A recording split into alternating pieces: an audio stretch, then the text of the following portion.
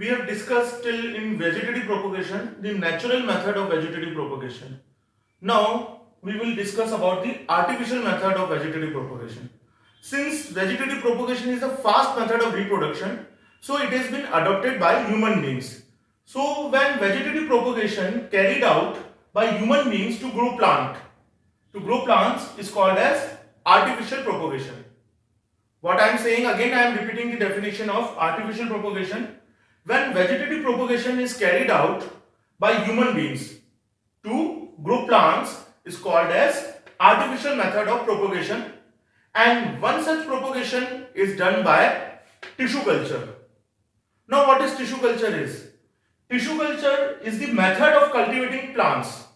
What is? It is the method of cultivating plants in a suitable nutrient medium in a test tube is called as tissue culture.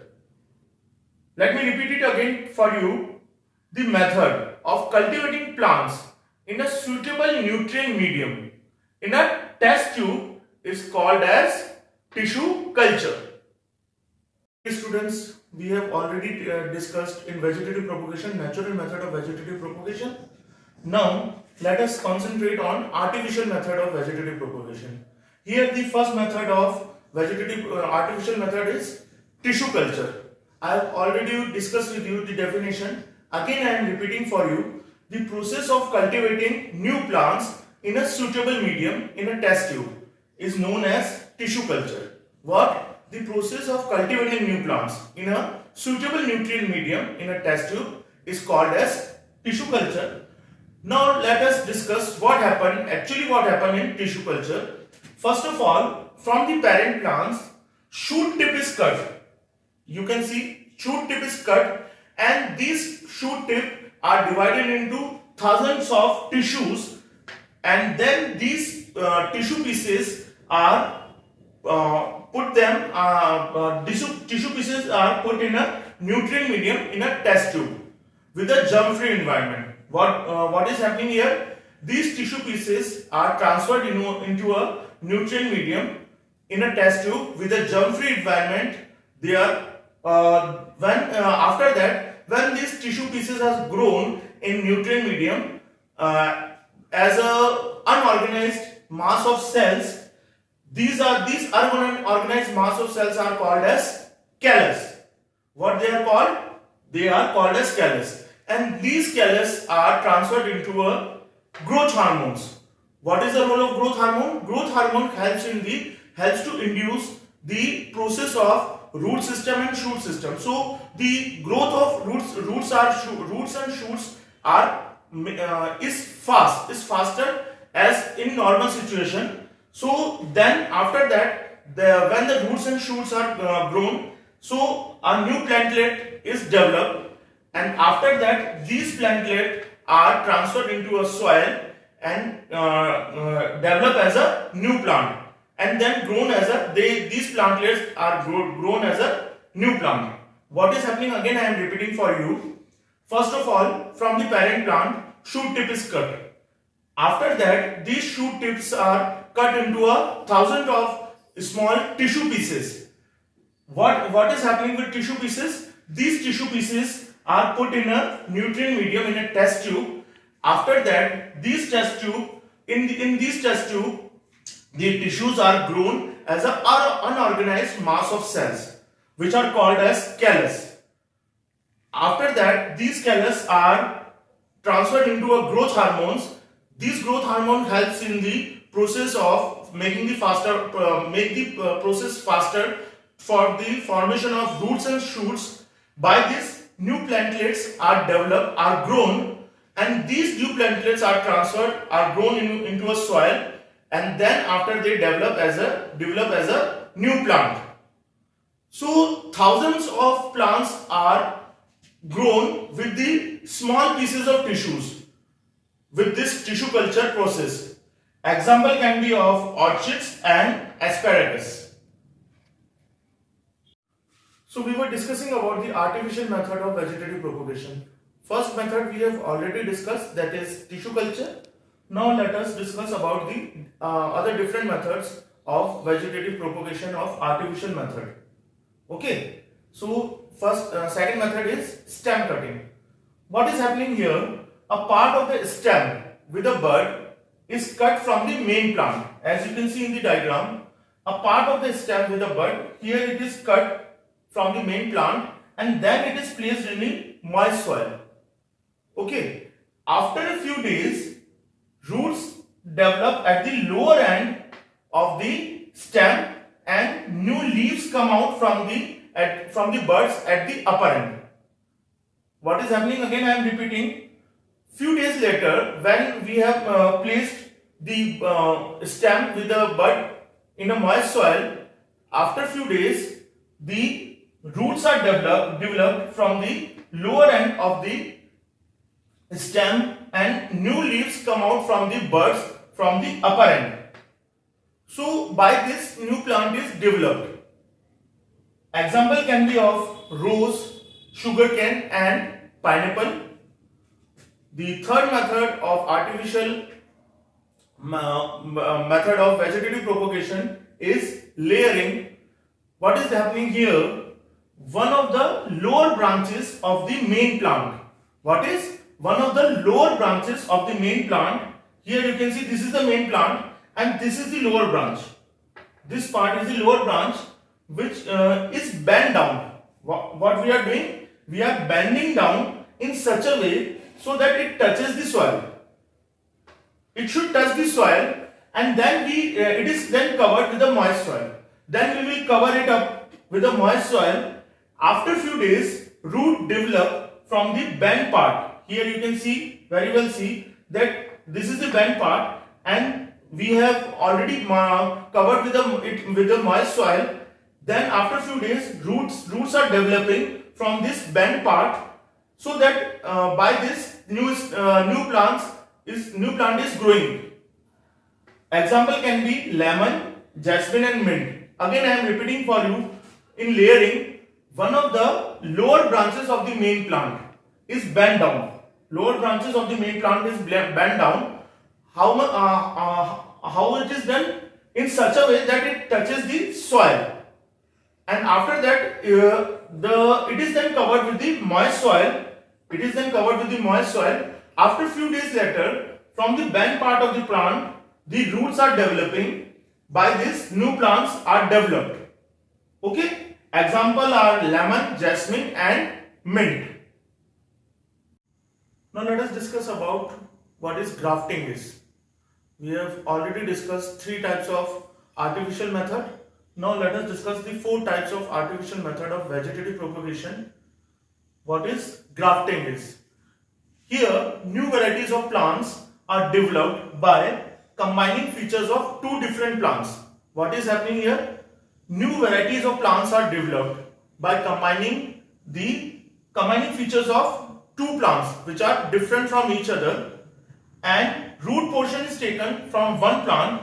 Here root portion is taken from one plant which is called as stalk, and the stem portion, this stem portion with several buds, is taken from another plant. I have already told you that there are 2 different plants are available. So from one plant the root portion is taken and that is known as stalk, and with the stem portion is taken from another plant, but stem with the several buds is taken and it is known as scion. What is it is called? Scion. So the end of the stalk and scion are obliquely cut. Obliquely. Scion and stems are, and the end portion are obliquely cut, and then they are firmly tied. They are firmly tied. After a few days, the stalk and scion join together. After a few days, stalk and scion join together due to the rapid divisions of cell. In this manner, new varieties of plants are developed. Example is mango. Again, I am repeating for you what is happening here. First of all, why we are doing for grafting? Because we get the new varieties of plants which are developed by the combining features of 2 different plants, and the root portion which is taken from one plant, that is known as stalk, and the stem with many buds is taken from another another plant is known as scion, and they are both stalk and scion are obliquely cut. The end portion are obliquely cut, and they are joined firmly. They are joined together firmly. After a few days, the stalk and scion join together due to the rapid division of cells.